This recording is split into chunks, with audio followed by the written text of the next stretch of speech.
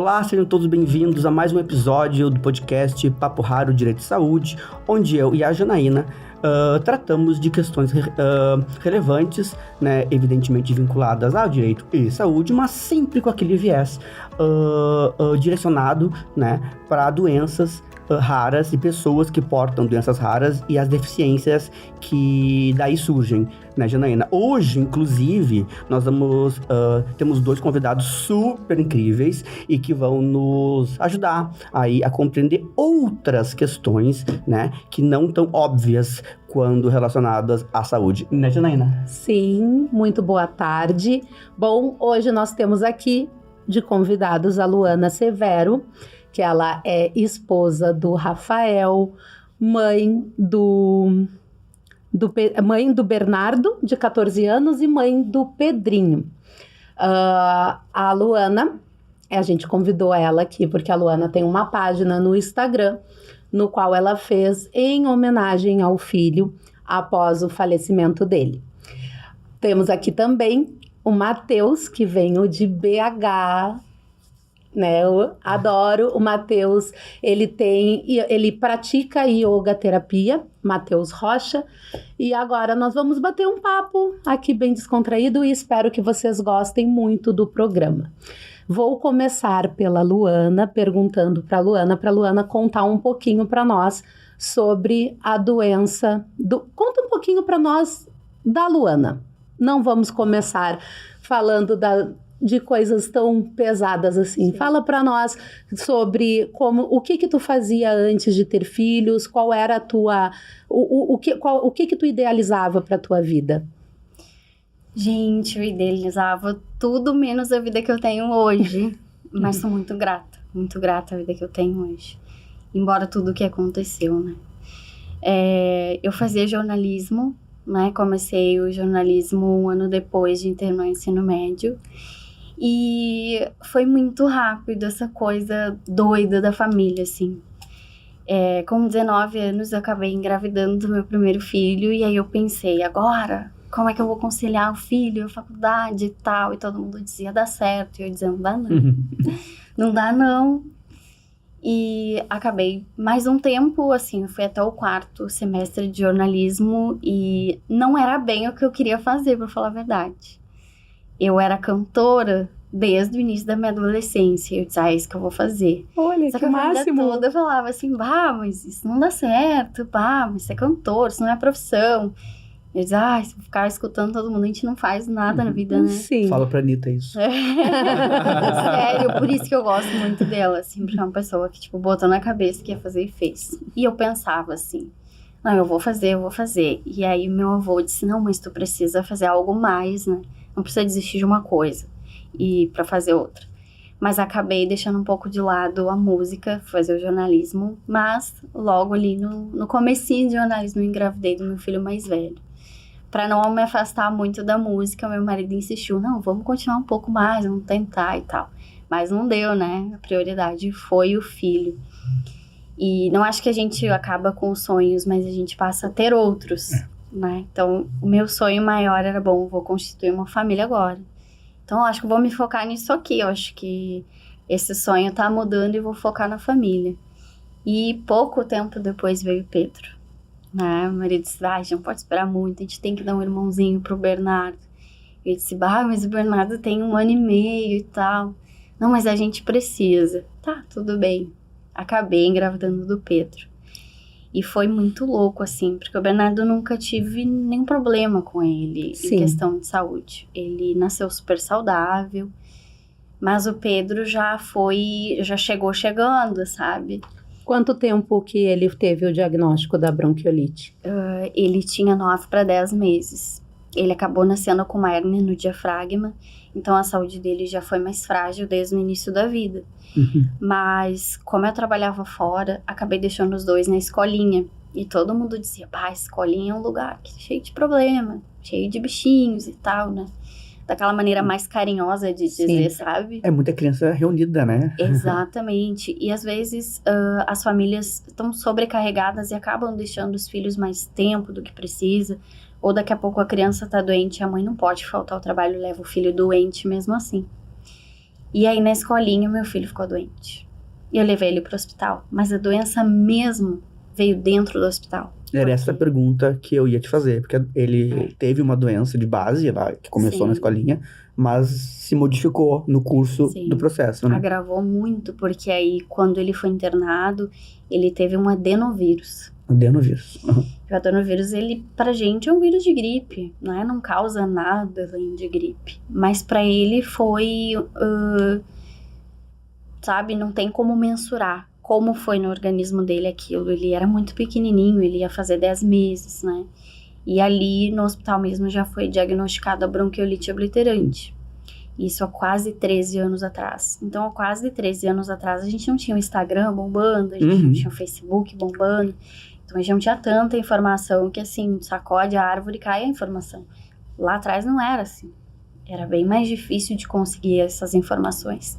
Então, a gente saiu do hospital já com a vida modificada, porque ele já saiu dependente de O2, a gente tinha meia dúzia de informações e o desespero. Eu tinha 22 para 23 anos e meu marido tem a mesma idade que eu, e a gente saiu que nem duas crianças carregando uma criança com um baita problema de saúde. Mas ele foi pro hospital com uma gripe comum? Ele foi já com a gripe já meio agravada. Em quanto tempo que isso se transformou? Em menos de 2 semanas. 2 semanas. Foi extremamente rápido. Eu ia falar, nossa, realmente é muito rápido. Eu quase não tenho o que fazer, né? A bronquiolite também, ela é rápida. Como eu comentei antes, a minha filha de 6 anos, quando ela nasceu, no primeiro mês, com 1 mês, ela teve que internar. Ela ficou por 20 dias internada, ela chegou a ser entubada por causa da bronquiolite, né? Graças a Deus, não teve nenhuma complicação maior. Mas, Luana, como foi para ti depois o diagnóstico, assim? Em 2 semanas ele já pegou a bactéria e aí tu ficou sabendo como era o tratamento, como foi para ti dentro do hospital, o acolhimento por parte do hospital? Eu vou te dizer que foi um sentimento de preconceito, mas ao mesmo tempo acho que é algo parecido com isso que eu não sei descrever. Eles olhavam pra gente, a gente parecia muito jovem, assim, a gente tinha umas carinhas, assim, de crianças, embora a gente não fosse. Então, eles, naquela época, não nos trataram muito bem, assim. Eles vinham com meia frase pra explicar o que era a doença. Então, eu não conseguia ter a dimensão do que eu tava lidando. E quando ele foi ter alta e o médico disse que ele vai precisar ir com oxigênio pra casa. Ali que começou o baque. É como se tu estivesse vivendo um luto em vida, sabe? Tu pensa assim, bom, a minha vida agora é outra, eu não sei o que eu vou fazer, mas alguma coisa eu vou ter que fazer. Aí a gente veste o papel de mãe e essa roupa de mãe, assim, e tu não tira mais, né? Tu passa a ser mãe. E embora já fosse do Bernardo, ali começava algo muito diferente, começava uma caminhada totalmente desconhecida. É um sentimento de como se eu estivesse entrando num túnel escuro e eu não sei onde aquilo vai dar.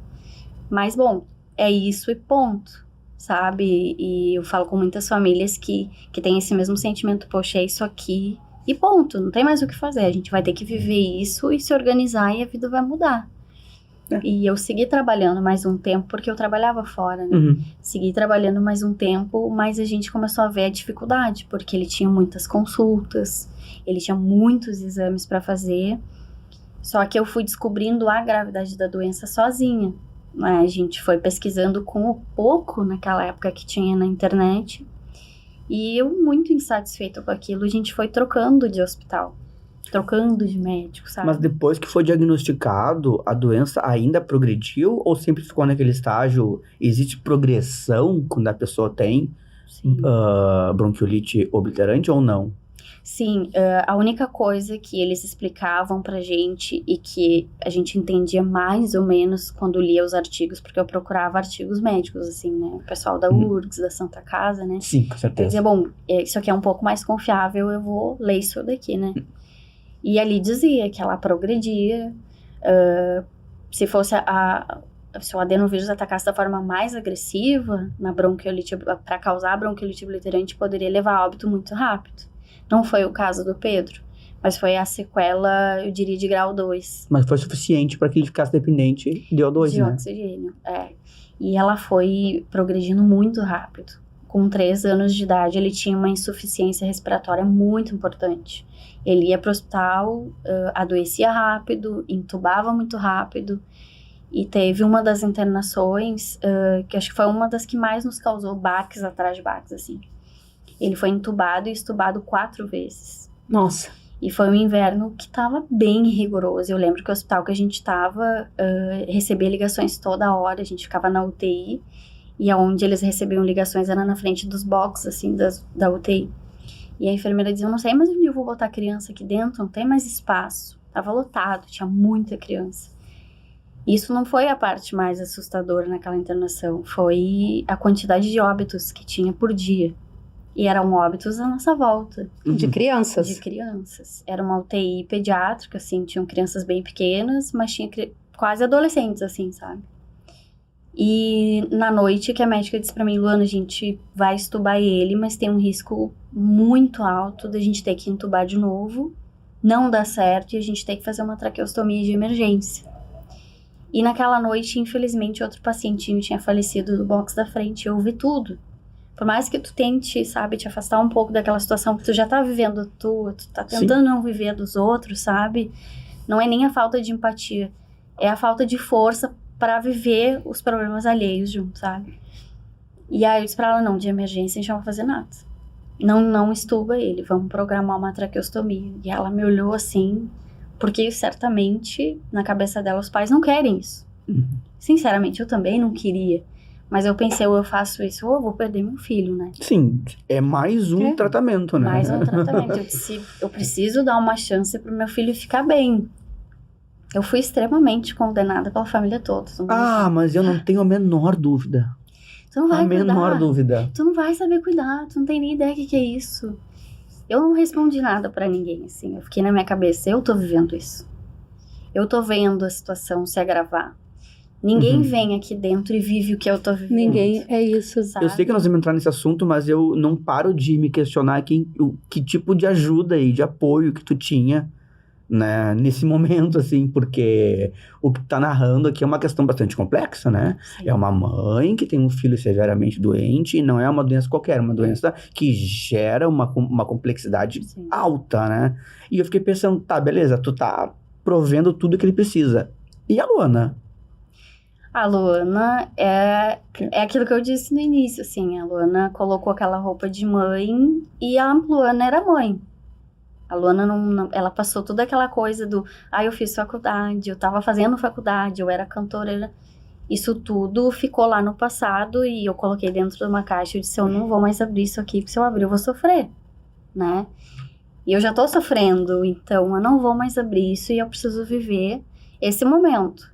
A única coisa que eu pensava o tempo todo, um dia isso vai passar, eu vou melhorar tudo. Sim, porque assim começou as tuas... o Pedro começou a viver uma internação. Atrás da outra.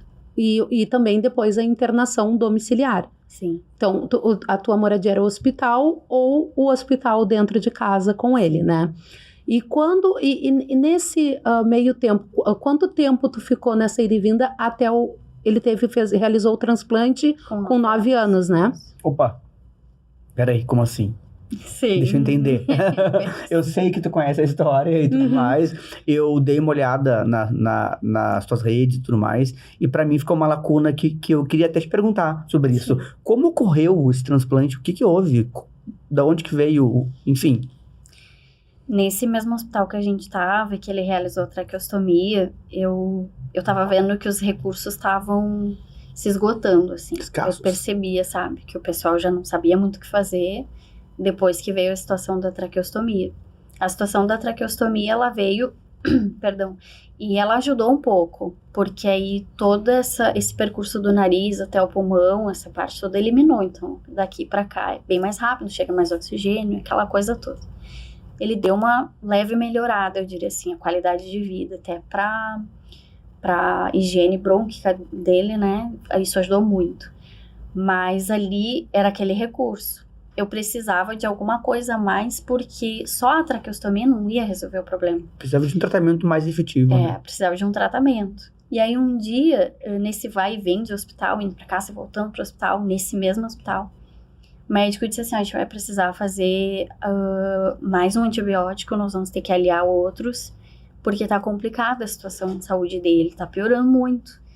E eu acho que agora, mãe, tu tem que rezar, porque a gente já usou tudo que tinha.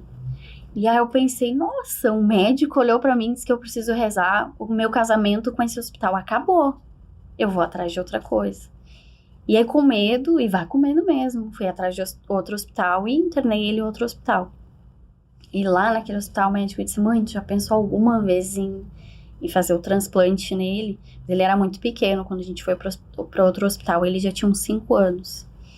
E eu disse, lá atrás, eu até conversei com o médico e tal, sobre o transplante. O médico disse, não, mas ele tá muito ruim, não tem chance dele fazer um transplante, ele não tem resistência. E aí esse médico do outro hospital começou a rir, ele disse, mas é por isso que ele tem que fazer um transplante? Eu pensei, te confesso que eu pensei nisso, quando falou agora. Poxa. Né, porque é óbvio. É que eles não... na medicina a gente vê que tem muito isso, né? Um médico nunca vai criticar o outro. É bem difícil tu ver esse tipo de situação. Acontece, mas é muito difícil tu ver um médico criticando o outro. Mas ele falou abertamente, ele disse, não, mas por favor, se ele tá nessa situação que tá agora... É hora da gente falar sobre um transplante. Ele não vai fazer hoje, amanhã ou depois. Ele precisa ter idade. Sim, vai ser programado, né? A gente vai programar. Ele precisa ter idade, ele precisa ter tamanho. A gente vai fazer todo um tratamento que não vai resolver o problema, mas vai estabilizá-lo de modo que a gente consiga chegar no transplante. E aí ele disse assim, fisioterapia agora, todos os dias, de domingo a domingo. Eu pensei, meu Deus, meu filho tem 5 anos, como é que eu vou dizer isso pra ele, né? Porque pra gente ir no médico, imagina, tu tem que ir no médico, sei lá, 3 vezes por semana. Vai ficar assim que tu não aguenta mais. Mas eu imagino que a relação dele com a doença dele não era muito boa, né? Ele não se sentia uma criança doente. A gente falava sobre a doença perto dele. Todas as histórias que eu conheço dele... Mas eu não sou doente. É que ele era uma criança extremamente feliz. Ele era uma criança... Ele era muito inteligente. Ativa, bem inteligente.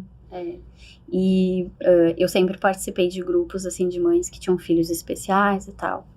E via muita história bem pesada, sabe? Embora a minha eu sentisse que também era. Mas eu olhava assim, a maioria das crianças tinha paralisia ou eram autistas, não falavam, não comiam, não interagiam. E o meu, com toda a dificuldade que ele tinha, porque chegou um ponto que ele não conseguia mais caminhar, de tão cansado que ele ficava. Eu imagino. Só que ele brincava, mesmo sentadinho, ele brincava, ele conversava, ele ria, ele tirava sarro da nossa cara. Ele era muito brincalhão. E eu não tinha coragem de falar sobre o meu filho naqueles grupos que eu dizia assim, é muito injusto. O meu filho conversa, o meu filho brinca, e os filhos delas não fazem essas coisas. Então eu não falava do meu filho pra ninguém, porque eu ficava com pena das outras mães.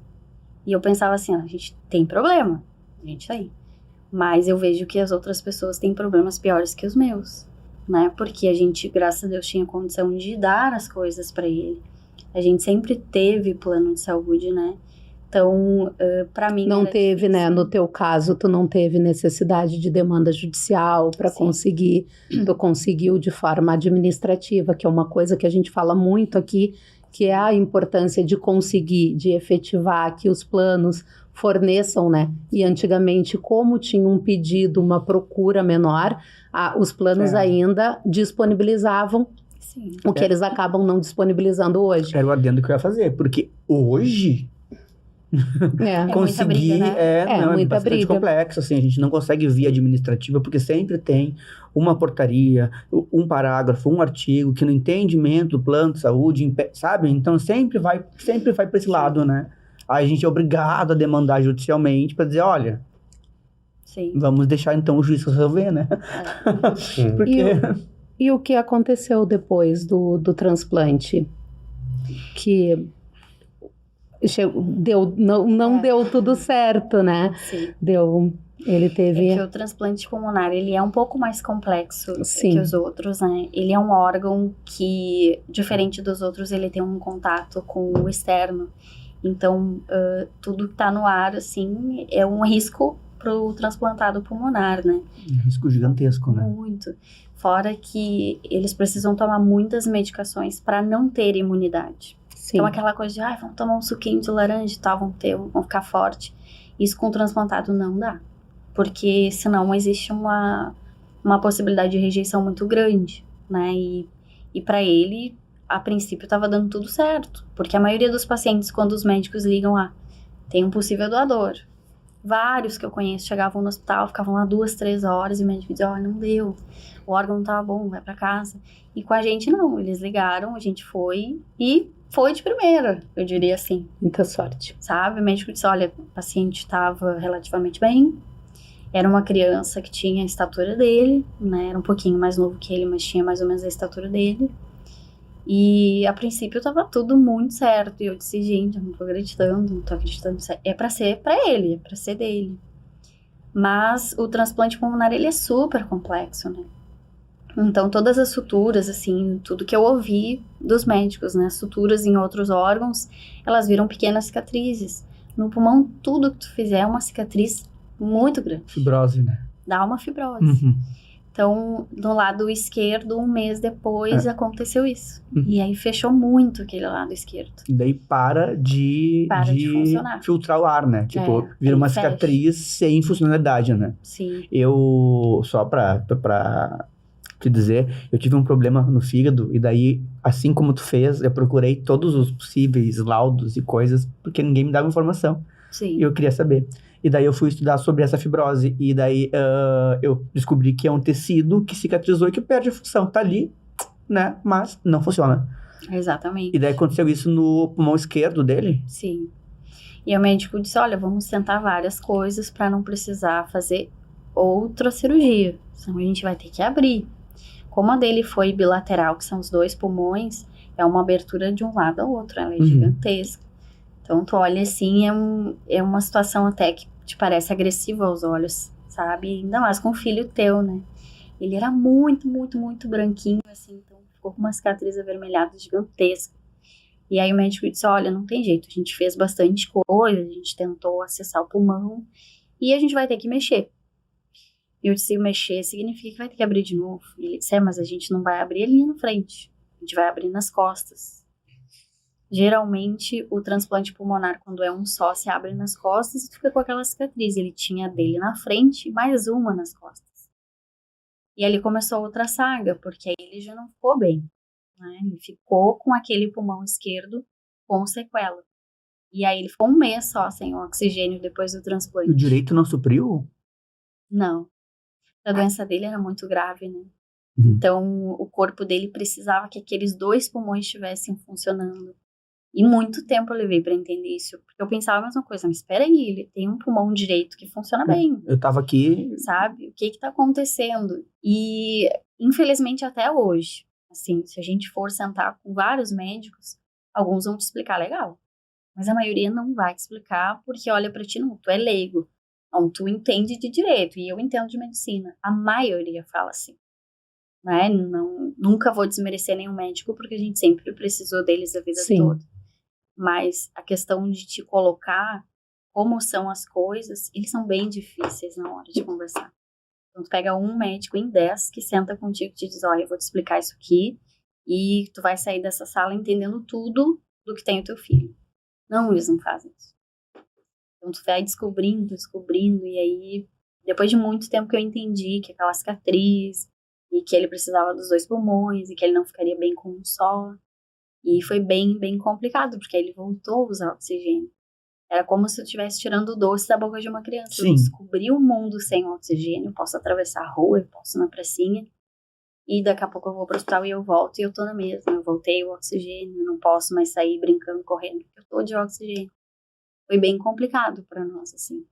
E ele viveu transplantado 2 anos e 4 meses. Mas eu não me arrependo. Não me arrependo. Imagina que não. Meu Deus. Foram 2 9 anos e 4... Não. né? Vivendo aquilo ali. É. Com aquela vida extremamente limitada. E a tendência era ficar cada vez pior. Porque antes do transplante não era só o oxigênio. Né? Ele aliou até a ventilação mecânica em casa. Sim.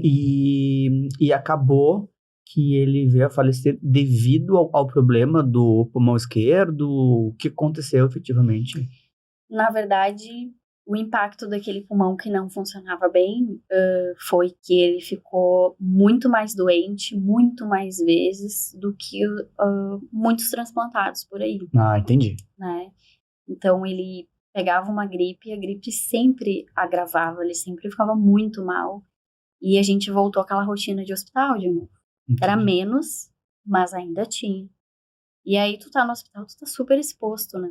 Então a última vez que a gente foi pro hospital, ele estava indo pela 3ª vez naquele ano, pela 3ª vez com o mesmo problema, pela 3ª vez usando o mesmo antibiótico.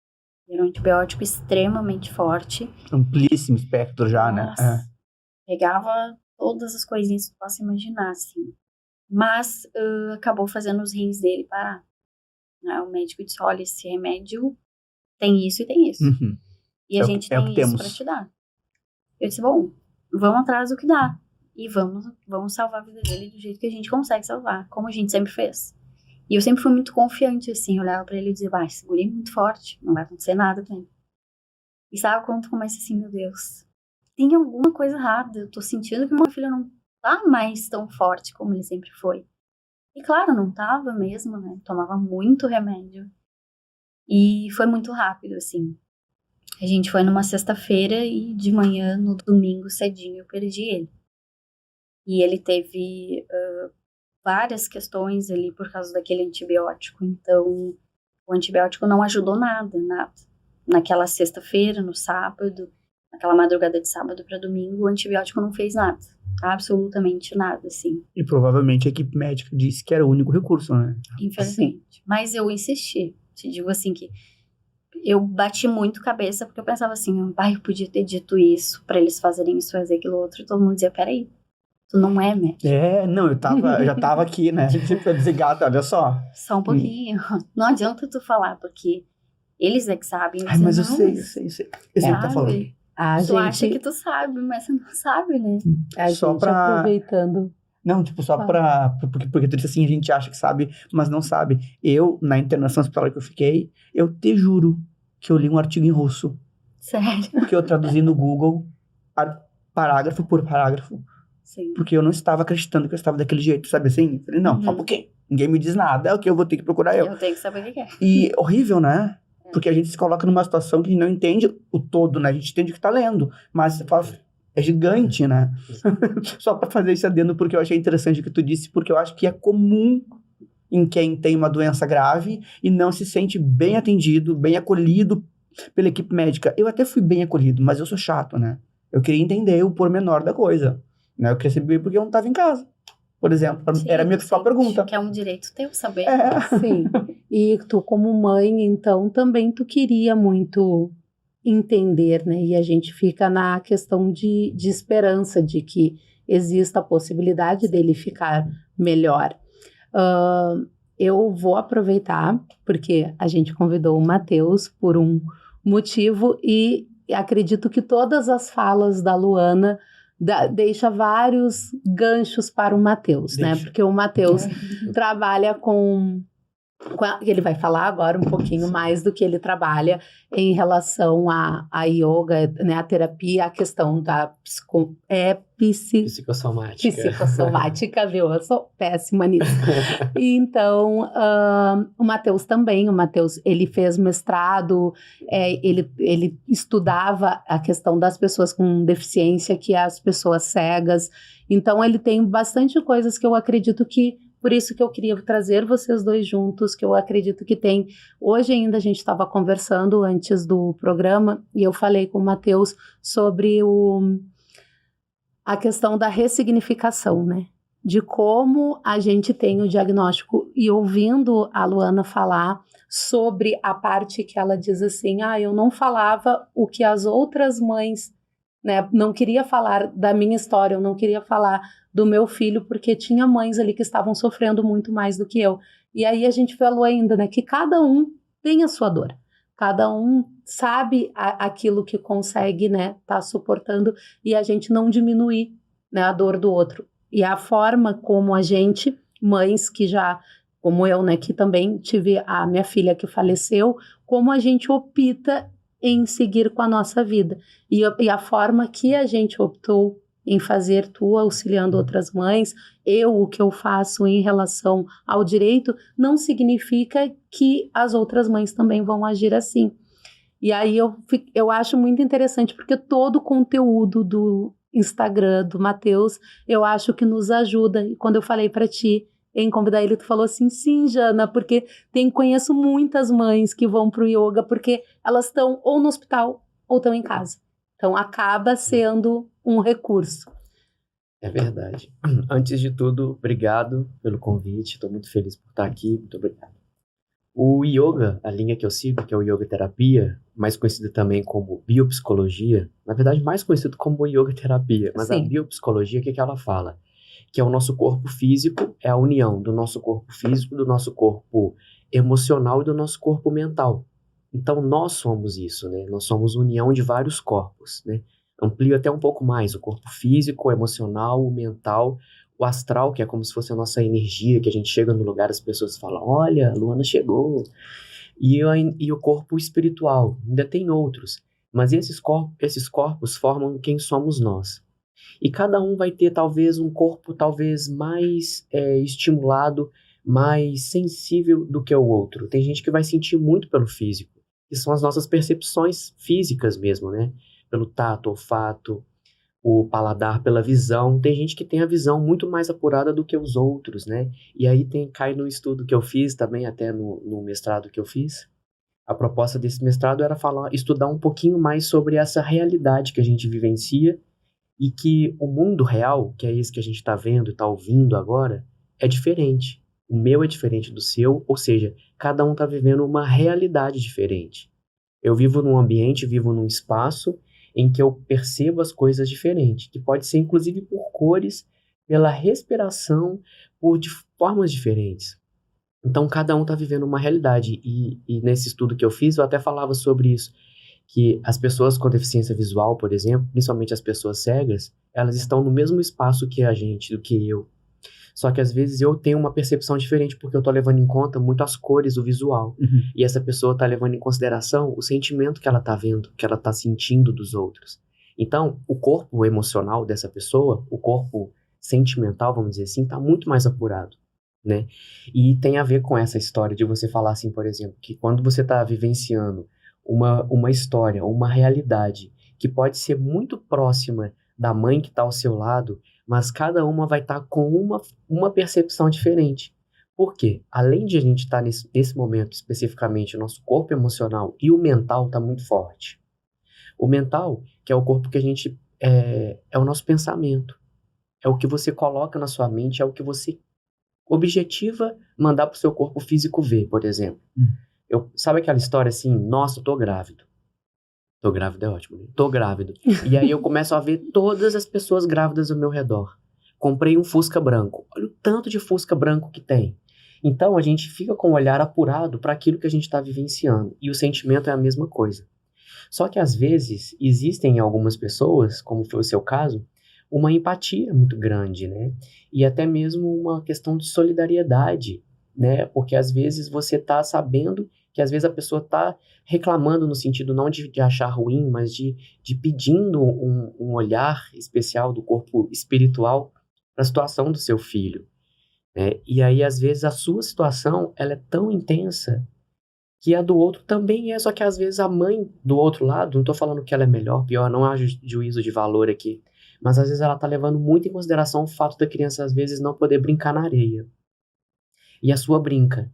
Então, aquilo para você não é um sofrimento nesse sentido, né? Então, às vezes, uma outra coisa vai ser oposta, né? Tipo, ela vai falar assim, ai, que pena dessa outra mãe que não consegue, né? Então, sempre vai ter esse lugar. E esses corpos, eles, dentro do yoga que eu sigo, que é o yoga terapia, a gente acredita que o pensamento e as emoções, elas materializam as coisas no corpo. Não estou falando que a gente vai uma criança inocente, por exemplo, que a gente não sabe, né, com um dia de vida, né, ela pode manifestar alguma questão. Então, não é exatamente, ela não pensou, né, ela nem tem consciência, ela nem tem o campo da razão bem trabalhado ali, nem o consciente. Mas, quando a gente está numa fase adulta, por exemplo, a gente sim consegue pensar, consegue sentir e trazer para o corpo físico. Só que muitas vezes isso está no campo do inconsciente. E esse é um ponto interessante, né? Esse ponto de pensar essa questão do nosso corpo físico como um processo evolutivo.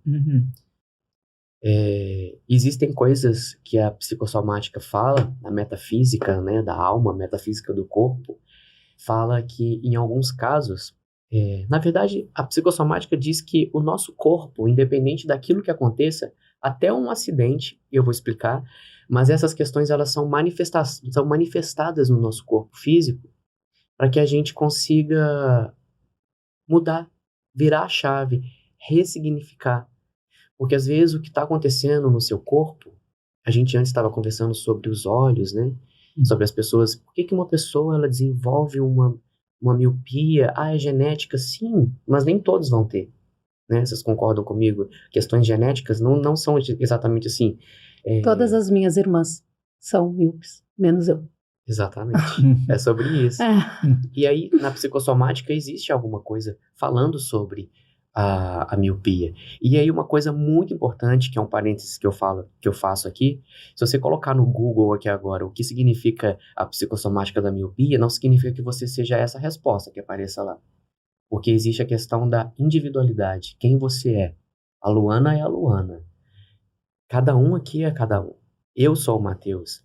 O que aconteceu comigo, por exemplo, vamos supor que eu tenha miopia e que meu irmão também, não significa que a gente tenha a mesma questão. Mas ela pode passar por uma base. E essa base é, sim, um ponto que a gente leva em consideração dentro do yoga terapia.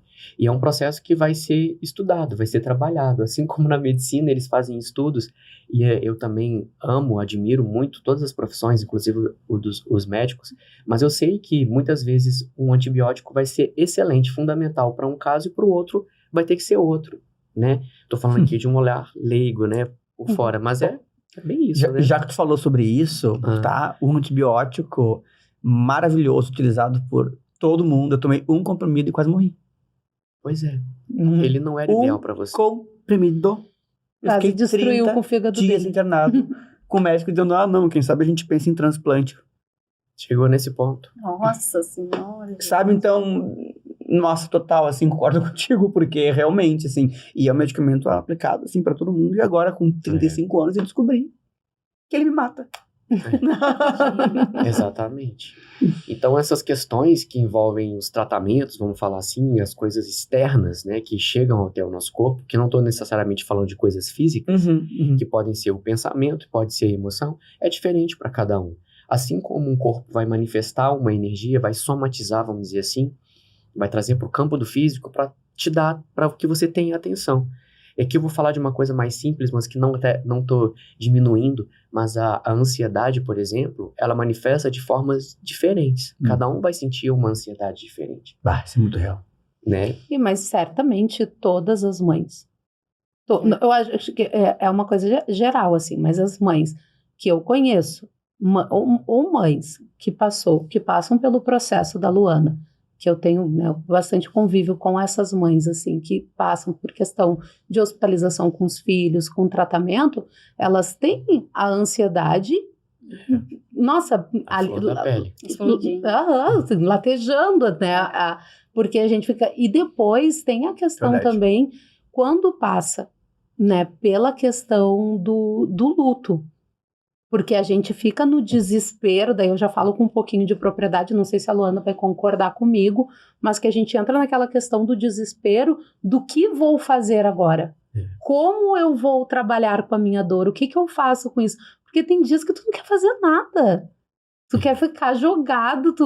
Os primeiros dias, eu acho, principalmente o primeiro ano, é horrível. E tu tem que ter forças, né? Porque acho que foi uma coisa assim que a gente havia falado também, que tu falaste sobre a dor, né? Que não existe uma cura para a dor. A gente aprende a viver com aquela dor. Eu concordo com isso, mas é de uma crueldade, né? É muito cruel. Porque, não tem que aprender a viver com a dor. Sim, eu aprendi a viver com as minhas, estou aprendendo a viver com as minhas, todo dia é um aprendizado, mas às vezes eu paro e penso, putz, mas Quem inventou um comprimido ainda, gente? Por isso que é o trauma da infância. Gente, A medicação. eu tô precisando muito de um... Não, mas eu pego esse gancho porque eu fiquei curioso em saber como que se trabalha essa questão toda digamos, que tu mencionou, com uma pessoa que necessita, assim, tipo, como que é o atendimento desse cidadão? Sim, por exemplo, vamos entrar no caso do luto. Tá. Né? As pessoas enlutadas, né? As pessoas que passam por esse momento de perda, todo mundo vai passar, na verdade, um dia na vida, né?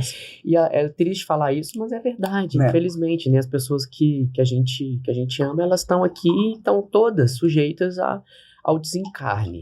Assim como a gente pode perder coisas que são materiais, questões emocionais, e que todas elas estão ligadas ao fato, por exemplo, até de você não concluir um sonho, ele te coloca num sentimento de perda, daquele sentimento de que você não teve aquilo, né? Ou mesmo que teve, mas passou pelos seus dedos, enfim. Ou de fracasso ainda, né? Sim, tem outras questões que vão, inclusive, colocar o ponto que eu vou levar em consideração para trabalhar a dor do luto de cada uma das pessoas. Porque, por exemplo, a dor de uma mãe perdendo um filho é diferente de um irmão perdendo um outro, e de uma avó perdendo um neto, e de um amigo perdendo um amigo. Cada um, não estou mensurando qual é o mais intenso, não vou falar, não é sobre isso, mas é diferente o sentimento da dor, né? Acho que não é nem sobre grau de dor, né? Exatamente. Assim, acho que é onde bate a dor, né? Eu acho que como mãe é porque é vida, né? A gente gera a vida, então a gente espera que os nossos filhos, né, as mães de vocês esperam ver. A minha mãe espera me ver com vida, me ver construindo. Eu puxo o teu gancho porque eu acho que, assim, quando tu perde um filho muito cedo, e não desmerecendo aquelas mãezinhas que perderam durante a gestação, mas quando tu convive com aquela criança, tu tá vendo ela crescer, tu tá idealizando uma vida pra ela. Tu tá enxergando um futuro, tu tá correndo atrás de sonhos que ela está incluída. Então é muito difícil quando isso desprende e aí tu fica assim, e agora? E tudo que eu planejei. E como é que tu vai dizer pra mãe não esperar isso tudo, né? Porque tem gente que diz, eu já vi uns vídeos, não, que vocês esperam demais. E eu, que sou mais insensível que a Janaína, eu pensei, falei, mas espera aí. Como é que tu vai pedir pra mãe não esperar? Que óbvio que ela vai esperar do filho. Ele é tão insensível, que era o único amigo que me ligava toda semana pra saber se eu tava bem. Porque o resto... de amor. Mas amor é sensibilidade. É sensibilidade, porque as pessoas fogem de ti. Se tu tá triste, tem isso. Mantenha-se Não, mas o adendo é que eu disse que eu sou mais insensível que ela, e não que eu sou insensível. Entendeu? Ó, advogado aqui fazendo ponto, entendeu? Deixa eu me defender. Mas é mais ou menos por esse lado, assim. Dentro desse lugar que eu estava falando dos corpos, a gente tem um corpo emocional, vamos dizer assim. É claro que a gente está separando aqui didaticamente, porque tá tudo junto. Não tem como você falar, o meu lado emocional agora, vamos apertar um pause, porque eu preciso de entender racionalmente. Impossível. Não vai rolar. Não vai rolar. Mas esse corpo emocional, ele vai manifestar muito em um ponto energético do nosso corpo, que é o chakra, um chakra. Esse chakra é o cardíaco. E adivinha só, ele vibra na frequência do ar. Ele é o elemento ar do nosso corpo. Ele é, principalmente, os pulmões. O chakra cardíaco, apesar de carregar o nome cardíaco, coração, ele é pulmão. O chakra mesmo não tem um lugar físico, igual a gente tem a unha na ponta dos dedos, o cabelo no alto da cabeça. Não é. Ele não tem um lugar físico. Eu ia perguntar isso. Ele não tem um lugar físico exatamente, mas ele tem uma manifestação energética mais ou menos em um lugar. Geralmente, o chakra cardíaco está ligado ao lado direito, ao lado esquerdo do corpo, mas no pulmão, nessa parte mais perto da coluna, porque os canais energéticos, vamos falar assim, como se fossem veias, artérias, que circulam a energia vital, eles nascem no primeiro chakra, que é na base da coluna, no cóccix, na região do assoalho pélvico. Então, não é um lugar físico. Tá mais ou menos ali. É como se fosse assim, falar, tá na América do Sul. Onde na América do Sul? Tá na América do Sul, né? Então, a gente tá ali também. E aí essas energias sobem pela coluna, e aí elas manifestam para frente, que é o que a gente mais vê, que a gente vê falar, né? O chakra cardíaco. Por isso ele é o peito, o coração. Só que ele também manifesta nas costas. Então, é como se fosse uma linha paralela ao chão, se a gente estivesse de pé, né? Então, essa linha, ela vai manifestar para frente, recebe esse nome, chakra cardíaco. Esse chakra cardíaco, assim como todos os outros, vão vibrar em elementos, né? O nosso corpo, ele vibra no elemento ar, e é fácil de perceber isso, né? Porque é o pulmão. O nosso sistema respiratório, né? Ele começa nas narinas e vai até o diafragma, até lá embaixo no pulmão. Só que ele não encerra ali, assim como o sistema respiratório, o sistema circulatório não é só o pulmão, o coração, desculpa. O sistema respiratório, ele também está ligado intimamente ao sistema circulatório, que é onde, depois que fez a troca gasosa, todo o oxigênio, por exemplo, e o gás carbônico vão circular pelo nosso corpo. Então, o coração e o pulmão são os órgãos desse chakra. E nesse lugar é que vai manifestar questões ligadas à frequência desse chakra. A gente entende que os chakras são como se fossem órgãos, vamos falar assim. Eu gosto de comparar ele com os órgãos. Cada órgão tem uma função no seu corpo. O coração, bombardear sangue, né, se fazer circular. O pulmão, fazer troca gasosa. O cérebro, cada órgão tem uma função. O cardíaco, o chakra cardíaco, ele também tem uma função. Ele tem uma função que é trabalhar as nossas emoções. Ele trabalha as nossas emoções.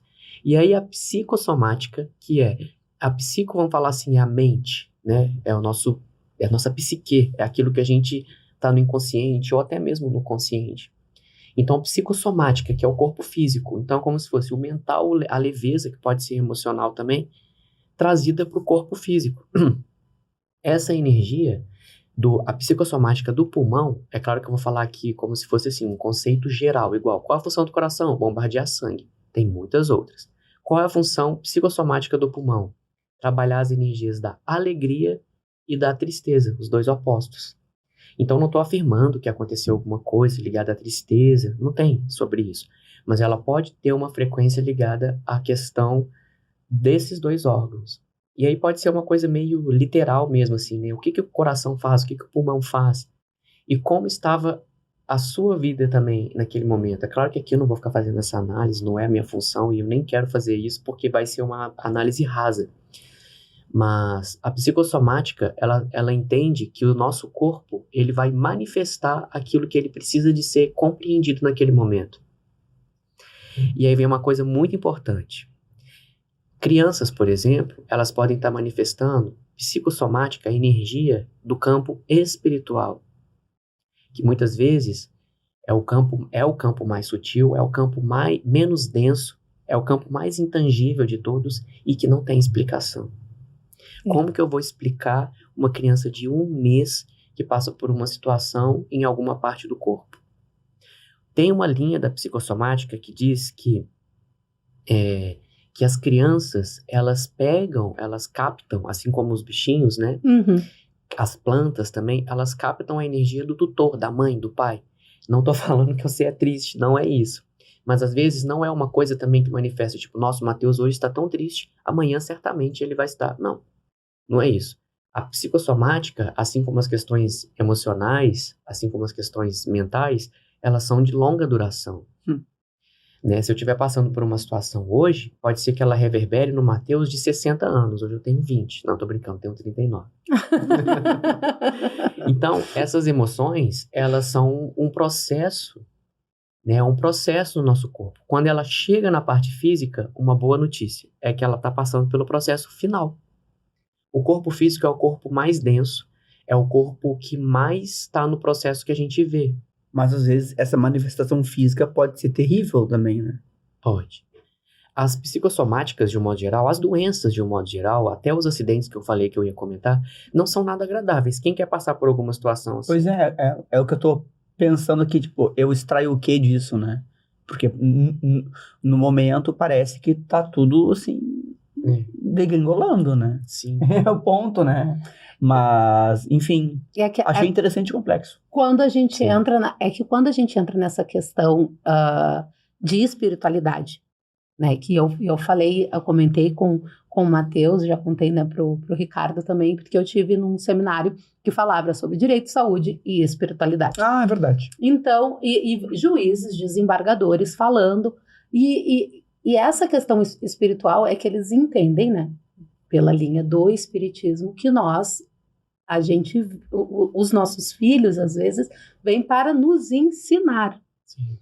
Né? Então, as mães acabam se tornando instrumentos. Então, na verdade, a minha filha que ficou 1 ano, 1 mês e 8 dias aqui comigo, o Pedro que ficou por 11 anos contigo, eles vieram aqui e deixaram para nós, e hoje eu falei isso até para o Matheus, deixaram vida, porque a gente opta como que a gente vai seguir vivendo depois da morte deles, né? Não é falar sobre a morte dele ou falar de tristeza, é da gente saber dizer o quanto a gente foi feliz, o quanto a gente é grata e o que a gente aprendeu com eles. E aí eles seguem vivendo com a gente. Ai, complexo demais. Porque muito complexo. eu não consigo falar muito bem da Alicia. Sim. Tu entende? E ela não era minha filha. Entendeu? Eu não lido bem com isso, assim. Então eu fico pensando assim que... a gente tem que tentar extrair algo positivo. É lógico que sim, mas é de uma complexidade, gente. É de uma muito complexidade, sabe? Mas eu sei que tem resultado positivo, né? Porque se não tivesse, os profissionais não estavam aí ensinando, enfim, né? Como de fato fazem, né? Tipo, quando tu busca uma terapia, seja ela qual for, dentro do espectro que for, a gente sabe que tem muitas, tu busca algo, tu busca o aprendizado, né? Sim. E olha que isso eu tive que aprender a duras penas também, né? Porque eu fui pra terapia quando eu acho que a própria Janaína disse, tipo, É que né? Chega, né? Vamos, o que eu, tem que tratar eu penso, né, em relação da Luana é pelo o tempo, né? Eu digo, eu fiquei com um trauma. O meu trauma é dormir. Eu não Então, consigo também. Não. o meu trauma Não durmo bem. é dormir, porque eu dormi, acordei, dormi Uhum. 3 horas e quando eu vi, a minha filha estava morta. Então, nossa, até hoje eu tenho uma dificuldade muito grande para dormir. E isso vai aonde? O Vai corpo. somatizando. O corpo verdade. responde às dores de cabeça. Então, eu tenho consciência que isso me faz mal, mas eu ainda não consigo, a forma com que eu trabalho, não consegui ainda, e não vou, talvez, conseguir me curar deste trauma, né? Mas eu procuro, estou toda hora procurando uma forma de autoconhecimento, de autoajuda que tu consiga estar diminuindo, né? Ou estar amenizando essas dores. E tu, Luana, tu procurou alguma coisa. O que tu... Porque tu é jovem, tu e o teu marido são jovens também. Como que foi para ti depois, assim, o processo? Como é para ti hoje? Porque além do que tu faz, né, no Instagram, que é maravilhoso, as lives que a Luana grava, nossa, são incríveis. E sempre traz essa questão de informação sobre a doença e do acolhimento com outras mães. Esse acolhimento que tu tem com outras mães, isso é uma forma também que tu tens de tratar a tua dor, a tua saudade ali do Pedro. Inclusive, eu conheci a doença por teu intermédio, que daí eu fui procurar. Sim. Eu falei, mas o que ela tá falando tanto disso? Fiquei curioso mesmo, né? Aí eu entendi, falei, olha só, mais uma pra minha lista, né? Que a gente, enfim, tem que conhecer, né? Pra falar, tem que conhecer, não adianta. Sim. Eu acho que o meu modo de... No primeiro momento, o modo de passar um pouco melhor pelo aquilo ali, porque eu pensava, eu tenho outro filho, eu preciso continuar vivendo. E não vou dizer que eu não pensei em bobagens, porque o que a gente fala de bobagem? Né? Eu sou uma pessoa bem religiosa, eu diria assim. Eu sou evangélica, e não costumo frequentar muito a igreja, porque eu trabalho bastante. Mas quando eu posso, eu vou. Não sou uma pessoa que tem preconceito com nenhum tipo de religião. Acho que todas são muito bonitas a seu modo, né? Super respeito isso. Mas não foi na religião que eu busquei ajuda. Foi no trabalho. Eu pensei, eu preciso trabalhar, porque senão eu vou ficar muito mal. E o trabalho também era uma forma de meio que acabar comigo, assim. Porque aí eu me afastei do meu marido, me afastei do meu filho, me afastei da minha família e eu queria trabalhar. E tu foca, né? Foquei. No meio daquilo ali, antes de perder o Pedro, eu tinha uma imunidade, vocês não têm ideia, era incrível. A gripe passava aqui e não entrava. Uhum. Eu não ficava doente com nada. Quando ele faleceu, 2 dias depois, eu tava dentro do hospital com pneumonia. Trabalhando que nem louca, assim. No finalzinho do ano, depois que ele faleceu, já tava aparecendo outra pneumonia. E eu fui piorando. Sim. Mas eu tenho que trabalhar, não tenho tempo pra ir no médico. E o meu marido dizia, tu tá piorando. Não, eu tô super bem. Eu arrumei um modo de fingir que eu realmente tava bem. A voz quase não existia, pra vocês terem uma ideia. Mas eu tava fingindo super bem. Mas e tu tava acreditando nisso ou não? Não, eu sabia que tava doente. Tem esse problema, né? Eu Sabia. sei como é que é. Só que eu sabia tanto que tava doente, que eu tava fazendo de propósito. E aí um dia meu marido me pegou pelo braço e ele disse assim, eu já sei o que tu tá fazendo. E nós vamos agora no médico. Ele meio que não foi agressivo, porque ele foi amoroso fazendo isso. Sim. Mas foi de uma forma, no desespero, que ele me pegou pelo braço e nós vamos agora pro hospital.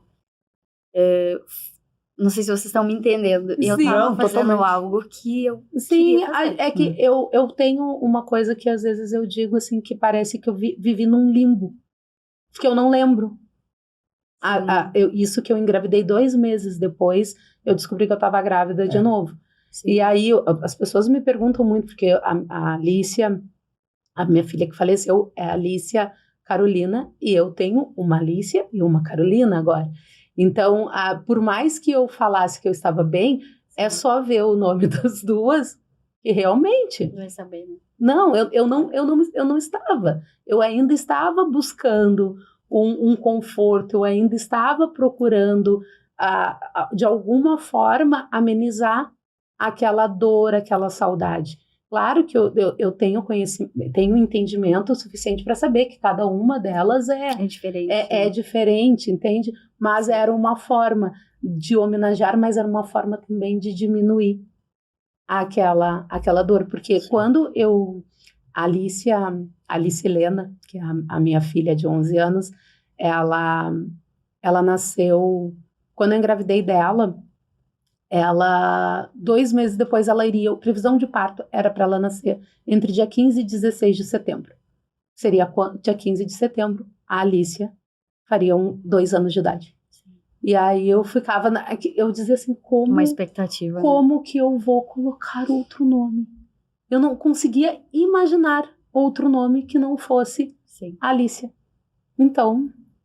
Comigo foi o contrário, assim, porque alguns meses depois que ele faleceu, meu marido dizia assim, quem sabe a gente, né, tem outro filhinho, vamos fazer uma homenagem pro Pedro e tal.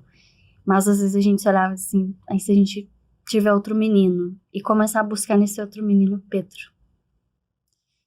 Então esse ano vai fazer 2 anos que a gente perdeu ele, e eu não consigo imaginar um outro filho e não enxergar o Pedro. Então, Sim, que não o Pedro, né? Aí prefere. Não que eu não queira, assim, Sim. sabe? Porque se acontecer, eu penso, se acontecer é vontade de Deus e tá tudo certo. Sim. Mas eu não consigo imaginar um outro filho e olhar pra ele sem buscar o Pedro, sabe? É muito difícil. Deixa eu fazer uma pergunta pro Matheus, porque eu fiquei olhando teu Instagram. Tá, tava lá olhando, achei interessantíssimo, inclusive. O ponto é, a yoga terapia, ela atua, então, também na parte física. Atua. Né? Porque eu vi uns vídeos teus lá, até tentei fazer sem muito êxito, né? Mas achei interessante. Eu falei, não, mas espera aí, vamos lá, gente. É algo... Enfim, me explica. Sim, porque é aquilo que a gente estava comentando, assim, sobre a questão... o sentimento, ele é quase palpável, né? Uhum. Tem sentimento que ele é palpável. Eu sei que isso que eu tô falando é um erro, né? As pessoas vão falar assim, como assim o sentimento é palpável? Mas quem já sentiu a dor da perda mesmo, é uma coisa assim, a sua lágrima desce, a lágrima é palpável, sabe? E então, quer dizer, é um sentimento que ele, se você conseguisse abrir o seu peito, você conseguiria tirar aquela dor. E eu afirmo pra mim mesmo que foi um dos sentimentos mais não sei explicar, um sentimento muito ruim, né? Não é uma coisa assim, tipo, estou aprendendo com isso. A gente só consegue ver isso depois de muito tempo. E o que acontece com aquilo ali? O sentimento, dependendo do grau que ele está sendo manifestado em você, por isso que eu estou falando da realidade que eu disse no início. Porque a realidade da perda é diferente para cada um, e em momentos diferentes. A gente vai aos poucos ressignificando, vai fazendo todo esse processo. O yoga terapia, ele trabalha muito no nosso campo físico a princípio. Mas eu estou falando o tempo inteiro que é emocional e mental. Como assim, Matheus? O campo físico é o campo que manifesta de fato para você fazer a mudança acontecer. A respiração. A respiração, por exemplo, o movimento físico em si e o estímulo de glândulas, por exemplo, o estímulo de neurotransmissores, por exemplo, tem movimento, tem ação, tem respiração que vai estimular uma frequência no seu corpo que pode ser estimulada pelos neurotransmissores, por hormônios, pelo próprio movimento físico. Por quê? Imagina que o nosso músculo, sabe o bife, a carne que a gente compra a peça, ela não vem com uma capinha em volta, que é a fáscia. Aquela fáscia é como se fosse uma proteção do músculo. Imagina que o nosso peito, ele é uma carne, né, um músculo. Sim. E ele tem essa fáscia em volta. Quando a gente fica muito tenso, não é comum a gente falar assim, nossa, eu sinto até uns nódulos, eu sinto que meu músculo tá duro, ele até embolou, parece. É mais ou menos isso, o músculo ele vai se contraindo, ele vai criando uma coisa que é quase material e chega a ser material. A emoção que pode estar provocando aquilo, porque às vezes você não fez nada. Concorda comigo que às vezes no momento de luto, você não quer nem levantar da cama? E por que você começa a ter dores, por exemplo, no peito? Começa a ter vontade, o coração parece que tem movimentos de taquicardia mesmo, coisas Uma palpitação, né? palpitações fora do que seria o seu comum, o seu normal. Então aquilo ali é uma forma de somatização, é uma forma do seu corpo emocional, do seu corpo mental, dizer que aquele lugar, que no caso é o cardíaco, que é o chakra cardíaco, está precisando de atenção. Então, ele demonstra daquela forma. A dor do luto é uma das dores mais intensas que eu conheço e que ela pode sim gerar uma fase 2, 3 e 4, que pode gerar até um câncer de mama, por exemplo. Porque o câncer de mama está ligado também a essa questão do amor, do afeto, que às vezes não consegue, enfim, é outra história. Mas esse sentimento, quando ele fica preso, o corpo está dizendo. E aí que vem a parte que você me pergunta. Como que o yoga terapia pode trabalhar? Às vezes o seu músculo está tão enrijecido, essa fáscia está tão firme, que ela impede que o seu campo energético, o seu campo astral, que eu disse, que é a sua aura, que ela expanda, que ela saia. E aí você vai começando a criar uma nebulosidade, vamos dizer assim, e vai criando uma energia em volta de você. Você vai perdendo a vontade de viver. E aí vai entrando em outras frequências, que pode ser, por exemplo, a depressão. Que a depressão ela não é só no quarto chakra. Muitas vezes ela começa lá, mas ela pode partir para o mental, ela pode partir para outros órgãos, para outros chakras. Quando ela toma o corpo inteiro, a pessoa de fato perde a vontade de viver. Porque aí ela não tem a energia vital fluindo no corpo. É como se seu coração tivesse parado de bater. Ou tivesse funcionando na função mínima, só para você manter ali a sua vida, né? Acho que o Ricardo quer ver um exemplo. Não é isso. Eu tenho um Tu tens, né? Tu tens um vídeo, né? Não é isso. Sobre que esse sentimento que ele descreveu agora, eu como um cidadão que já teve depressão e lutei contra ela durante 2 longos anos, foi complexo. Sim. Né? Então, assim, realmente, tu perde a vontade de... Não é nem de viver, eu digo assim, que pra mim não foi tão intenso. Mas é de fazer qualquer coisa que envolvesse eu levantar. Sim. Então, assim, é horrível mesmo, é terrível. E eu acho incrível que tu consiga propor, digamos, gente, não tô falando em cura, nada disso, tá? Sim. Mas propor uma atividade que te ajude de alguma forma, né? Eu acho isso muito incrível, porque eu não conhecia, eu não tive acesso a isso na época. Eu tive acesso a muito remédio, inclusive, fiquei... Porque o remédio ele vai trabalhar exclusivamente no corpo físico. Nossa. E eu não sou contra remédios. Eu acho que eles precisam de ter um momento que eles vão sim te ajudar. Mas dá pra aliar as coisas, né? Exatamente. Aliar tratamentos, né? Por exemplo, se você fizer uma terapia, uma psicoterapia, fizer uma prática de yoga, ou aquilo que você acredita, pode ser uma atividade física. A musculação, que ele faz. E isso vai estimular o seu corpo. Esses movimentos do yoga terapia, eles são basicamente, pensando assim grosseiramente, existem movimentos mais elaborados que são os asanas, movimentos do yoga, assim como os pranayamas e bandhas, que são as respirações do yoga. Não é simplesmente botar o ar para dentro. Uhum. E nem simplesmente levantar o braço para estimular o ombro, por exemplo, ou levantar o peito para estimular o cardíaco. Não é. Em alguns casos, vai ser, porque às vezes a pessoa está num nível de sofrimento tão grande que ela não tem forças para levantar da cama. Então a gente vai pensar em alternativas energéticas, bioenergéticas, para fazer o corpo tirar aquela energia densificada, né? É como se fosse um corpo enferrujando. Literalmente enferrujando. A gente não vai enferrujar porque não somos de ferro, mas é como se o corpo estivesse enferrujando. E aí você vai trabalhar ali para tirar aquela ferrugem. E essa ferrugem é o movimento, é a prática técnica do yoga.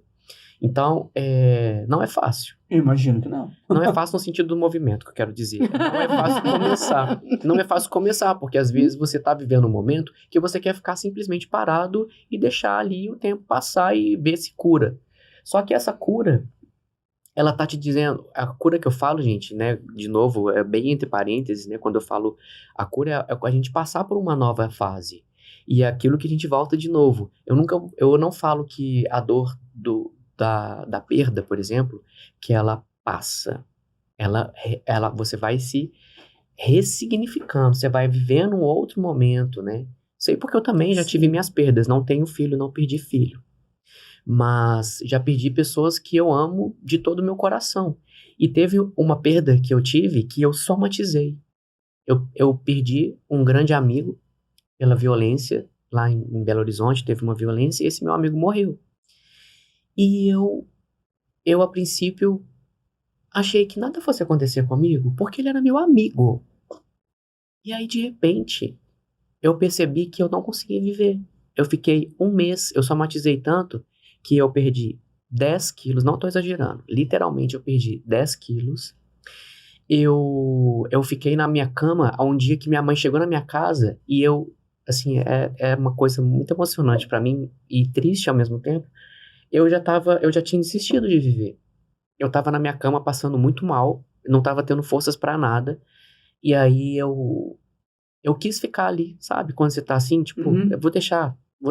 Aí minha mãe me ligou, você tá bem? Aí eu falei assim, tô bem, mãe. Você quer comida? Eu falei, não quero não. Você comeu esse fim de semana? Comi, lógico que eu não tinha comido, mas eu não quis falar pra ela. E aí quando ela chegou lá em casa, eu tinha percebido que eu já tinha feito orações pra eu desencarnar. Porque eu falei assim, eu acho que eu já cumpri minha missão, sabe? Você começa a se enganar, você começa a criar histórias para que você encontre uma paz. E aí eu falei, eu rezei por mim mesmo, eu falei, eu quero desencarnar. Eu acho que eu já cumpri minha missão, e aí eu comecei a acreditar naquilo. Foi quando um dia que minha mãe falou, tô indo na sua casa, era domingo. Aí eu olhei, eu tava na minha cama, literalmente 100% do tempo. Na hora que eu olhei pro meu espelho, que eu me vi, eu falei assim, cara... Mãe, traz comida. Aí eu vi o que eu tava fazendo. Eu falei assim, cara, eu vou morrer. Eu vou morrer. E eu comecei a mudar. E aí eu falei assim, cara, eu estudo isso. E eu acho que isso tá acontecendo pra eu entender. Entendeu? Porque uma coisa é você falar assim, gente, levanta daí, bem coach, né? Levanta daí e vamos melhorar. Quero ver esse bíceps crescer. E outra coisa é você tá vivendo uma situação pra você ver que as coisas não são simplesmente assim, encorajar o outro. Ela é uma coisa, é lógico que isso é muito importante, né? Minha mãe me ajudou, as outras pessoas também.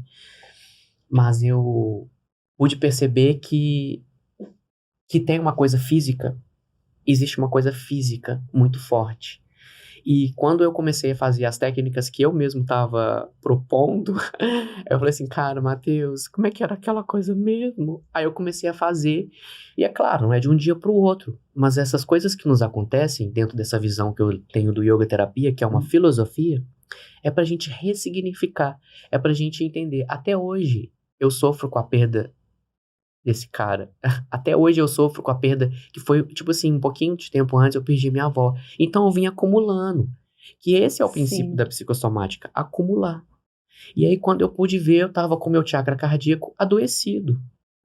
Que bom que eu perdi peso. Que bom que foi só uma coisa simples. Que poderia ter sido uma coisa muito mais densa, sabe? Mas isso é uma coisa que eu fico pensando agora, quando tu falou. Aplicar aquilo que a gente fala, né? A gente tem o projeto, até que vocês participaram, né, da primeira vez que a gente fez ali que era o espaço, uma roda de conversa com mães, né? Cuidando para chamar a atenção dos cuidados de quem cuida, né? Dos cuidados das mães, para quem está sempre, né? Ou em função de filho, das crianças com deficiência. E aí eu fiquei pensando esses dias, eu comecei assim, ó, mas será que eu não estou fazendo tudo isso porque lá, Instituto Alicia, porque eu ainda quero estar de alguma forma mantendo aquilo. Tu mesmo pode estar, né? Faço o Instagram, eu vou ali, eu acolho outras mães e eu mantenho o Pedro vivo, eu mantenho falando sobre ele. Eu sigo falando sobre isso. Mas e aí tem eu problema fico. isso? Mas às vezes a gente se. Não sei se isso eu tô fazendo um comentário meu, porque às vezes tu acha assim, ó, será que eu não tô falando demais? Será que. E aí tu começa a te policiar. Eu procuro ter esse cuidado também, porque eu tenho outro filho, né? Então, sim, não é um filho que veio depois do Pedro, é um filho que já estava aqui quando o Pedro chegou. sim. Então, eu tenho muito essa questão de me policiar e ter cuidado assim, porque meu filho mais velho tem tanta importância quanto esse que já não tá mais comigo, quanto esse que partiu. Então, eu procuro pensar muito bem, às vezes até nas coisas que eu vou falar perto dele, pra não pensar, mas será que meu irmão era mais importante do que eu? Porque a minha mãe realmente, o mundo dela era ele, e o que sou eu nesse mundo da minha mãe? Então, Será que ele pensa isso? Não é o que ele pensa, é o que nós ficamos. É o que a gente fica na cabeça. A gente fica com mas medo. Ele falou algumas coisas assim no dia que a gente tava sepultando o irmão dele. Ele disse, eu não vivi um monte de coisa, e tu também não viveu um monte de coisa comigo. E eu, foi uma facada, assim. Ai, imagino. Depois ele me pediu desculpa, eu disse, tu não tem que me pedir desculpa de nada. Tu não disse nada de errado, tu só disse o que tu tava sentindo, sabe? E hoje eu tomo um cuidado gigantesco com tudo que eu vou falar pra ele, porque eu fico pensando assim, esse filho tem tanta importância quanto aquele porque que eu a não gente tenho acaba mais. fazendo muitas questões, a gente participa de muito evento, a gente acaba se voluntariando para muita coisa, e no qual aí é tipo a Alice e a Carolina estão toda hora ali. Sim, comigo. e o teu contexto filho daquilo é o filho que a gente perdeu. Exatamente. Isso é muito interessante porque volta naquela fase da fala que vocês duas tiveram de falar que canalizaram energia para o trabalho. E a energia vital, segundo essa linha que eu estudo, a gente chama de Kundalini, energia vital, energia criativa, e ela nasce no primeiro chakra. É como se fosse o nosso centro de força maior, que está na base da coluna, assoalho pélvico. E essa energia, ela gera vida. Ela gera vida. Literalmente gera vida, porque logo ali também pode manifestar no ato de criar, né, de gerar mesmo um bebê. Mas ela gera também a nossa própria vida. E às vezes, quando a gente está enfraquecido, essa energia ela ainda está ali. Né? A gente está vivo. Ela só deixa de fluir, o corpo físico, quando a gente desencarna. E ela vai para outros corpos, né? O corpo espiritual. A gente acredita que o corpo ele não morre. O corpo físico é o único desses 5 que se, entre aspas, descarta. A gente consegue sair dele. Os outros não, eles formam exatamente quem somos nós. E essa energia vital, ela vai fluir para alguma coisa. E algumas vezes a gente vai vai canalizar para uma delas. Uma dessas coisas é o trabalho. É muito comum, é muito, muito, muito, muito comum a gente canalizar essa energia pro trabalho. O que ajuda de fato, porque o trabalho, ele pode trabalhar nossa autoestima, pode trabalhar nossa segurança, uma série de coisas, e vai nutrir. Mas, ao mesmo tempo, quando a gente canaliza para uma única coisa, entra em desequilíbrio, né? Por exemplo, poderia canalizar tudo pro sexo. Eu já vi pessoas que passam por momentos de grande trauma e começam uma nova vida. Essa nova vida pode ser o sexo, que estou falando as coisas básicas, né? Pode ser a comida, desequilíbrios alimentares, pode ser desequilíbrio do sono. Vocês comentaram, né? É muito comum, porque o sono, a fome, o apetite, os desejos, eles estão no primeiro chakra. Então, quando esse primeiro chakra desequilibra, que é a vontade de viver, ele vai desequilibrar todos esses fatores. Pior que tá tudo muito ligado, né? Tipo, não tem como separar, né? Acho que não tem como a gente trabalhar só uma questão, porque elas atingem a gente no todo, né? E é isso que eu percebi quando eu tava nesses momentos de fragilidade e tal, que eu não tava fragilizado só em um ponto, né? Eu tava assim... Era global a situação, tanto que eu não trabalhava, por exemplo. Eu não consegui direcionar, assim, eu não consegui trabalhar. É muito comum, porque cada um vai para um lado. Eu voltei a trabalhar. 16 dias eu estava dentro do escritório e ainda começou a me procurar os clientes que haviam passado. Tem um cliente que acho que ele já é meu cliente há uns 20 anos, assim. E ele ligou para mim para contar. Ele já é um senhor de idade, um idoso, e ele queria contar que o filho dele, com 1 ano de idade, no dia que completou 1 ano, estava dançando na frente da TV. Daqui a pouco ele sentou, eles continuaram jantando, viu que a criança sentou no chão. Quando eles foram pegar o bebê, ele estava morto. E aí ele queria me contar para dizer que essas coisas acontecem, que é raro, né, de acontecer, que eles falam, né, em 1 milhão, com uma pessoa acontece a questão da morte súbita, mas aí ele falava para mim assim, mas acontece e tu pode ter certeza que não desiste. Aí ele falava para mim, ele é de Nova Santa Rita, eu vou te mandar cliente.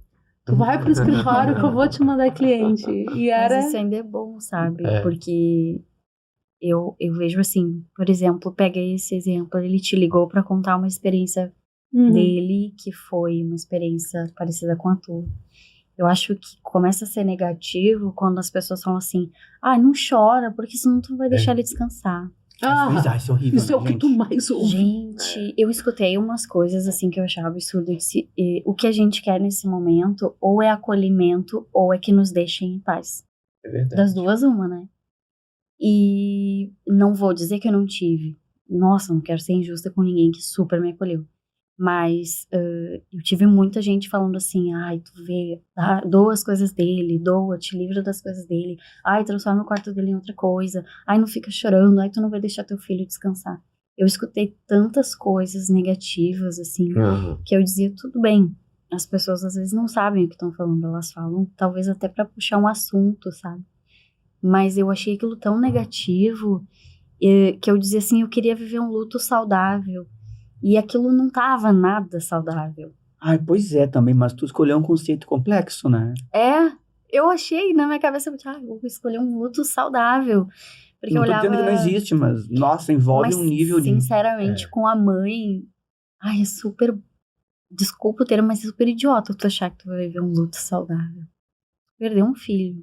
Então, é sobre isso. Eu estou imaginando isso. É um filho, gente. Não existe o luto saudável. Uma coisa assim, eu perdi a minha bisavó. Minha bisavó era tipo uma mãe pra mim. Sofri horrores. Mas a minha bisavó tinha 84 anos. Diferente. E eu pensei, meu mundo caiu, mas peraí, minha bisa viveu. Minha bisa viveu tanto, era uma pessoa feliz em baile. Era super feliz.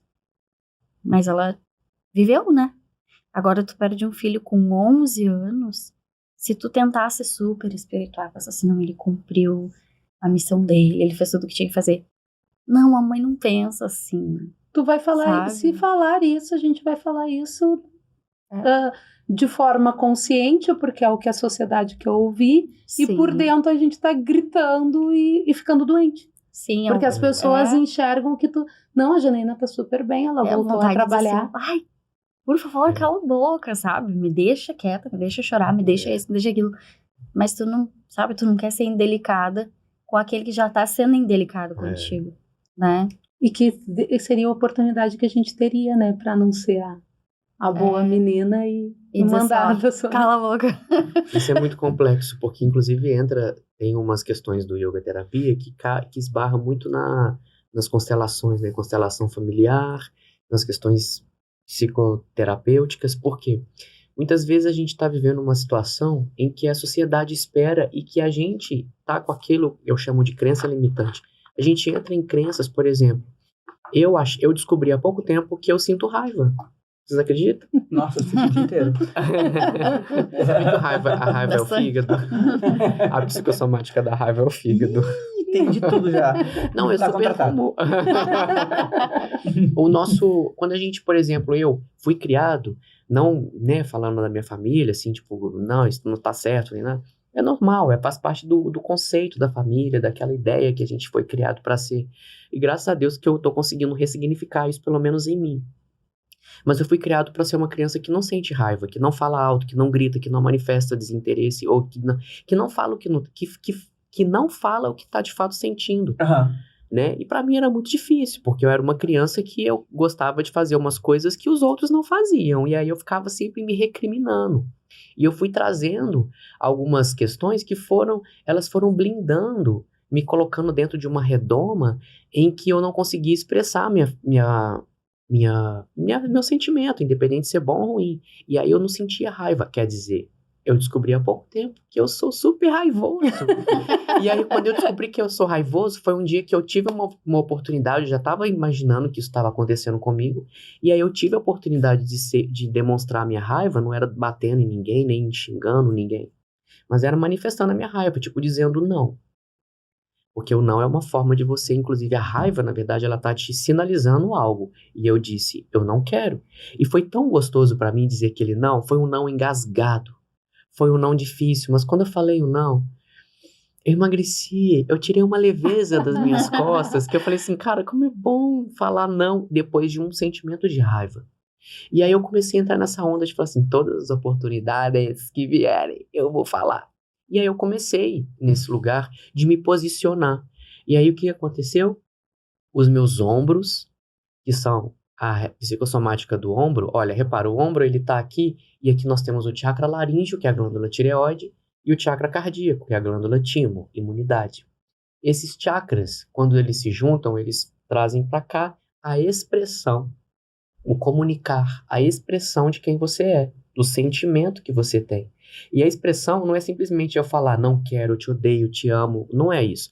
A expressão é a roupa que eu uso, é a palavra que eu falo, é isso tudo. Expressão não é simplesmente, né? É o cabelo que eu uso, é a palavra que eu escolho numa conversa. Isso é expressar e ser quem eu sou. E eu não conseguia expressar quem eu era porque eu fui criado numa família em que era tudo mais ou menos assim, todo mundo, vamos dizer assim, meninos azul, sabe? Coisas muito padronizadas. Não, desculpa, acabou. Viajei. Mas é porque eu vivia num lugar onde as coisas eram padronizadas e eu me coloquei nesse lugar. Eu aprendi a ser assim. E eu gostava de ser assim, porque era uma forma padrão de viver. Então, quer dizer, fácil também. Os meus ombros, que são a psicossomática do ombro, é o início, resumindo, né? É o início da expressão de quem eu sou. Você pode reparar, é com o braço que você começa o movimento de pegar um celular e mandar uma mensagem. É querer me abraçar. Pessoas que não abraçam, pessoas que não... Tem gente que realmente não gosta, não é um julgamento. Mas eu gosto e eu não conseguia abraçar, porque eu ficava intimidado, envergonhado de abraçar um homem. Abraçar peito com peito no homem, colocar o queixinho aqui no ombro. Eu ficava assim, abraçar assim, eu ficava com vergonha. Mas eu queria abraçar porque eu queria sentir o coração no coração e abraçar. Mas as pessoas da minha família não são assim, elas abraçam de lado. Gente, não é uma crítica, tá? Eu amo minha família. Família, eu amo vocês. Mas de fato fomos criados para ser assim. Nós somos uma família assim, que não tem tanta essa coisa da afetividade. E minha família inteira tem a dificuldade física no ombro. Tem um ombro mais rígido. Eu também. Eu tenho flexibilidade na perna, quadril, faço abertura, ponho a perna atrás da cabeça. Agora meu ombro pede para eu coçar as costas. Então essas questões da psicossomática, elas são muito interessantes porque no fim elas querem dizer alguma coisa. E quando a gente consegue passar dessa fase de entender, a gente talvez pode até não melhorar o ombro. Você vê, eu tenho tanto tempo de ombro e eu já sei isso há muito tempo. Mas eu tô passo a passo ressignificando e passando. É a mesma coisa da dor. Não vou comparar o sentimento como mensurar o luto com uma dor no ombro. Mas da mesma forma que meu ombro vai demorar muito tempo ainda para liberar isso tudo, porque tem tanta coisa guardadinha aqui, tem tanta coisa somatizada aqui, que eu não tô no campo do consciente ainda. Tá tudo no campo do inconsciente. Quando eu lembro de uma coisa, eu libero um pouco. Lembro de outra, eu libero um pouco. E com isso, eu subo um degrau na minha escala evolutiva, que é uma comparação somente comigo.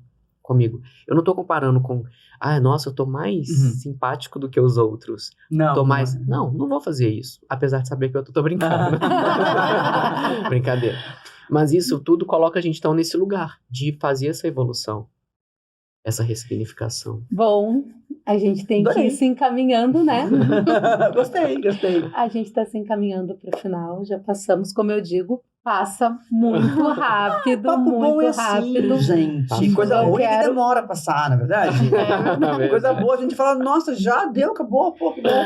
Eu quero agradecer imensamente por ter aceitado meu convite, Luana. Eu que Matheus, muito obrigada. E para a gente fazer um encerramento, eu sempre gosto de fazer uma pergunta particular, assim, para que tu possa dizer para nós um pouquinho. Achei que ela fosse pedir pra eu cantar. Entendeu? Mas tudo bem, no próximo episódio, talvez. Eu sempre faço uma pergunta para as mães que vêm aqui sobre a doença, né? Mas a gente falou tanto em luto, tanto em vida, né? Também morte. Sim. E eu queria perguntar para ti isso. O luto para a Luana nesses 2 anos. Me mudou completamente, mais do que a vida dele já tinha me mudado. O luto dele me trouxe, tanto quanto a vida dele me trouxe sentimento de missão, que eu ainda tenho algumas coisas para fazer e que essas coisas não são por mim. São pouco, mas eu acho que dos 100% que eu poderia te dizer, 80% é pelos outros e 20% só por mim. Acho que é sobre isso, é sobre o que tu pode fazer pelo outro e não só por ti. Acho que é isso. Propósito na vida. É. Matheus, muito obrigada pelo Eu que convite, agradeço. por aceitar o convite. Eu E agradeço. também fala para nós aí um pouquinho do que é o luto para o Matheus. Pois é. Antes de tudo, Namaskar. Muito obrigado. Só para pensar o que eu vou falar. Então, o luto, eu nunca tinha experienciado da forma como eu experienciei esse ano de 2023. Já ia falar o número errado.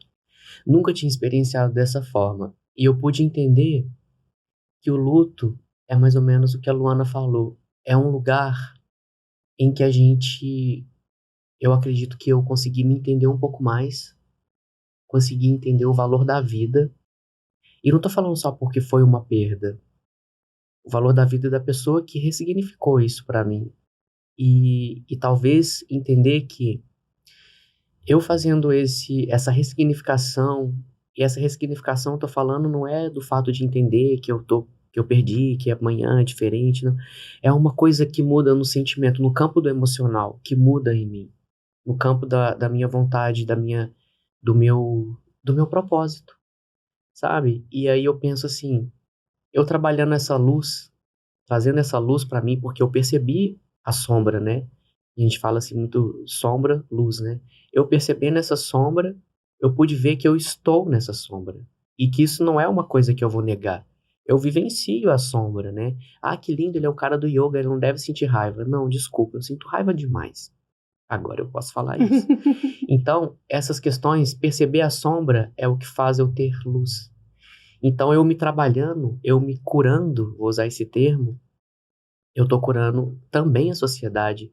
Eu tô curando também todo esse sistema de que me permite, às vezes, não me permite sofrer. Uhum. Não me permite entrar num momento de chorar e chorar mais um pouco e falar, cara, eu quero chorar mais um pouco, posso? Não é que pode, não, eu vou e eu me permito para que eu consiga, de fato, passar por esse processo de sombra e entender que existe uma luz aqui e ressignificar, então, né? Então fazer essa transformação. Arrasou. Não, também. Muito bom. 2 propósitos de vida com trabalho e muito lindo. Exatamente. Muito obrigada a todos. Doutor Ricardo. Olha, apenas agradecer mesmo. Eu acho que foi muito bacana essa troca. Eu tô curtindo muito, inclusive, esse podcast, porque permite que a gente tenha troca com pessoas que a gente não conversa normalmente, né? Entende que a gente não vive numa bolha, né? Que a gente vive em sociedade. E agora mesmo que tu falou sobre mudar a sociedade de uma certa forma, afinal de contas, nós estamos nela, né? Sim. Então, é sobre isso. E para agradecer a todos que nos assistiram, enfim, eu e Janaína, muito provavelmente, né, Janaína? Iremos ter outros episódios, então aguardem que a gente está pensando em coisa bacana para trazer, para bater esse papo legal, ter essa troca bacana, porque é isso que faz a gente evoluir. É isso. Vamos encerrar com o Namaskar do... Namaskar. Namaskar.